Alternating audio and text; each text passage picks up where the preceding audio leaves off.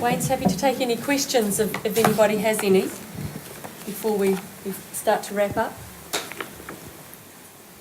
Any questions? Yes. I was probably the silly question of the day. Why did you choose to divide the groups at age 19? Because services are traditionally 15 and under and 16 and over. So if we're going to match the needs, I just wondered why you chose that one. One of the reasons was that's what the data available was for those particular age groups when we were looking at the needs of younger people. So the statistics from the UK was 0 to 19. So, and there didn't seem to be any other good way to work out how to categorise that group looking at the minimal estimate. But yeah, to be honest, there's a few things in here that were done because that was how we had to do it and the only way we could do it. Okay. But essentially that's it. The data on the particular diseases was for a 0 to 19-year-old age group. Okay, fine. Anything else? Karen. Don't ask me why Wanganui population is going to go down. Wayne, good report, thanks. I've had an advantage of having seen a copy and read it, so really good. A couple of things. I'm really curious about the demographics or interested in the demographics of those people who die in hospice, and whether there's any ability to dig down a bit further into that with some qualitative research. And there's a lot of questions around that in my mind. I'll probably go back and have a look at our individual data and whether that's actually an inequity or whether the need for other ethnic groups is being met at home, for example. So just a comment, really. It's kind of interesting, and I think it behoves hospices to have a look at that themselves, really. And secondly, what definitions did you use for specialist and generalist? I didn't really go into that for this part of the report, but I think the definition that is in here is from the New Zealand definition of palliative care, because that's the one that's currently available, that's specific to New Zealand, but that's probably a part of it that's going to have to come out in the next phase of the report. This one only looks at the numbers of people, it doesn't really look at where they should be receiving care or who should be providing it. I did have a go at trying to work out how many in the adult group should get specialist palliative care and who should get, or who would have generous palliative care, but to be honest, there's very limited information available on that. I had a look at what Palliative Care Australia recommended and kind of used that, but in a slightly different way based on the estimates and based on their split on specialists and generalists. So if you have a look at the end of the adult estimates, you'll be able to read that bit. I was going to say something else about your first bit.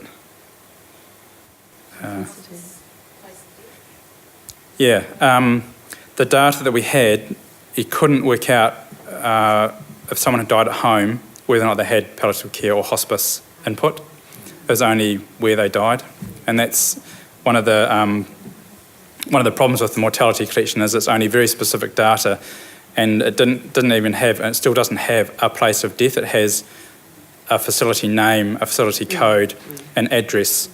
It doesn't say, was that a rest home, was that a hospital, was that a hospice, did someone die at home? So the only way to do that would be to do a more in-depth analysis of a local population.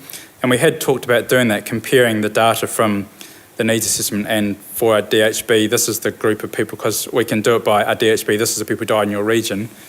And we know I don't have the data because it's encrypted through their NHI, so I only have anonymised data, but we could send a hospice's data to the ministry's group that manages data, and they could match up our estimate with the people who died under hospice care, so we could actually work out who in that population who we think probably would have benefited from palliative care, who actually got it.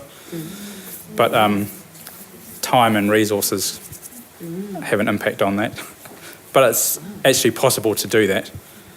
And a couple of hospices, don't spread this around, but a couple of hospices who are doing some work on their population needs, I've provided more in-depth analysis of their patient population from the needs assessment as well.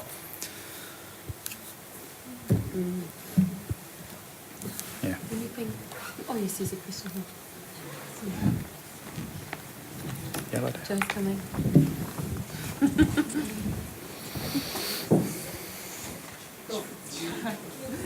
Sorry, thanks Wayne for giving some more background to that document. Earlier today we heard presentations that were encouraging us to look at ways to shift the number of deaths that are happening in hospitals into the community, and your data shows that that's still where the bulk of deaths are occurring. Yeah. And just wondering, in your conversations as you come around the country again, what recommendations will form part of phase 2 perhaps, that would encourage us to make that a benchmarking target that DHBs report on, as they do with waiting times and all sorts of other things, whether that could be fed into that. Yep.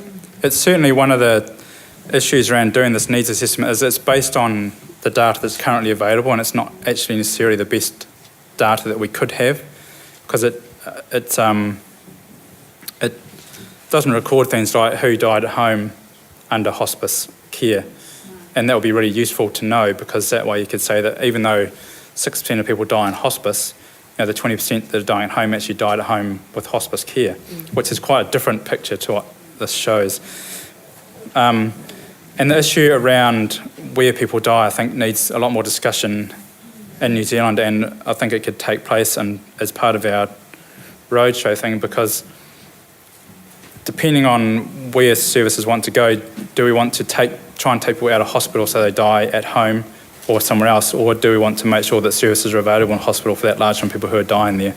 And that's a question that needs to be talked about as well. So are we, fruitlessly trying to take people out of hospital, but actually people are still going to die there, and is it better to look at, 30% of our population is dying in hospital, so we need to make sure that they've got access to good palliative care in hospital, rather than trying to put them somewhere else and they may not have the same support and access. And for some ethnic groups, like Asians in particular, I think it's reasonably well known that they do like to be in hospital when they die, because they like to have that sort of environment. Wayne, just like to add something to that. We were in a discussion just earlier this week, and it brings the dollars and cents into account, and the figure stated was that it's 3 times as expensive to keep a patient in a hospital as it is to keep them in, for example, a residential care facility. Yeah. So that's one of the reasons for people wanting to get them out of hospital. Yep. Yeah. Any other questions? That's great. Thank you, Wayne. That's all right. Bob just wants to make one more comment before we finish. I also wanted to raise one other achievement that we've had this year. I think, can you all hear? No, you do need the mic. Right. Sorry. One of our other successes this year came about when, amidst the health workforce material, there came out a definition that palliative care was only available for if a patient was going to die within 12 months. Now, we didn't realise that had always been in the... So we didn't realise it was there, but we took exception to that. And we said, hey, look at the palliative care strategies, etc. There is no definition about 12 months. As if you need it, you get it. And I am delighted to say that the Minister sort of agreed with us. We actually used our power to go directly to him and tell him this is not the way New Zealand should be operating. And he then called for reports. So the reports have been gathered and they show unequivocally that there's no reason why they can't, and it's not going to cost a lot. So we believe that progressively it will disappear from the ministry documents. It'll now be a case of saying, if you have a need for palliative care, you are entitled to it. Thank you. Well, that's fantastic. Oh, did you want to comment? I just want to... a thought that occurred to me while we're going through all these statistics that Wayne presented, and males are underrepresented here. I've made my plan. I'm going to have a sex change.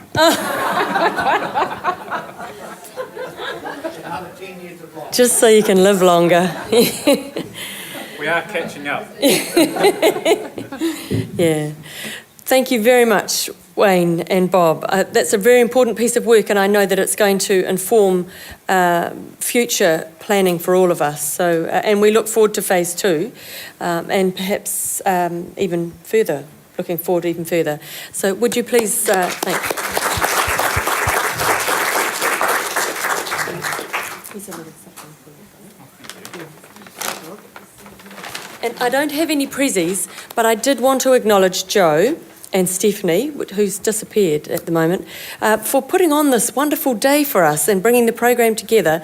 I know for myself, I've found this incredibly informative, and it's a very important day. There's so much going on in palliative care at the moment, and to be able to bring a group of us together where we can hear the important stuff is really good. Thank you very much, Joe. And perhaps just for the last few minutes, I'd really just like to open the floor for any reflections, actually, from what you've heard from today and sort of the value that you've got out of today. So just really opening the floor up for that, if anyone's brave enough.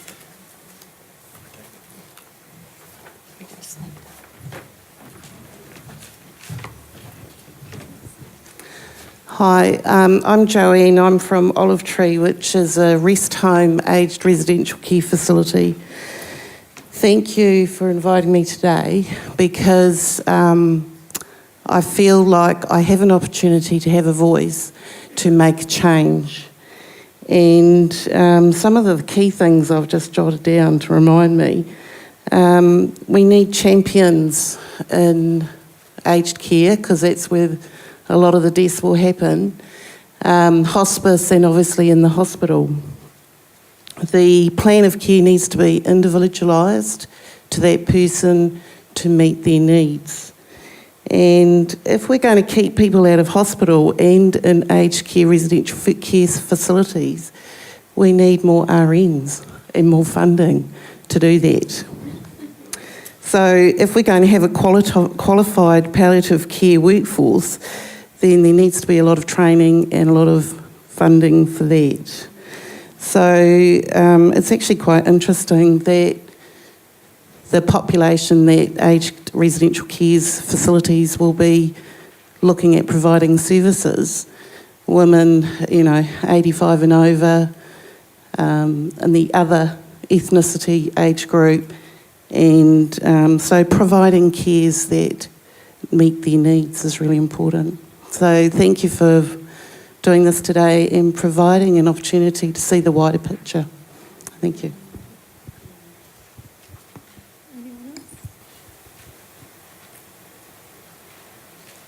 Everyone wants to get on the road home. Don't blame you.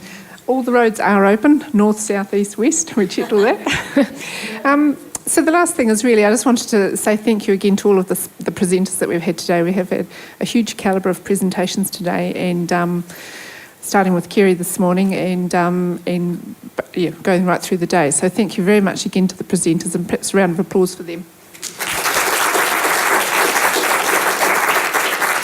And I'd also just like to thank the chairs for the day as well, because they're the group that we work with to pull the program together, and they're a very active steering group, and it's lovely to work with them. So thank you to you guys. And lastly but not least, the audience, because it's been an active participation today, which has been really great, and the day actually wouldn't have gone as it had if you hadn't actually came in and participated. And thank you for braving the weather and actually turning up. We probably had about another 20 people that didn't, so good on you. And have a safe trip home.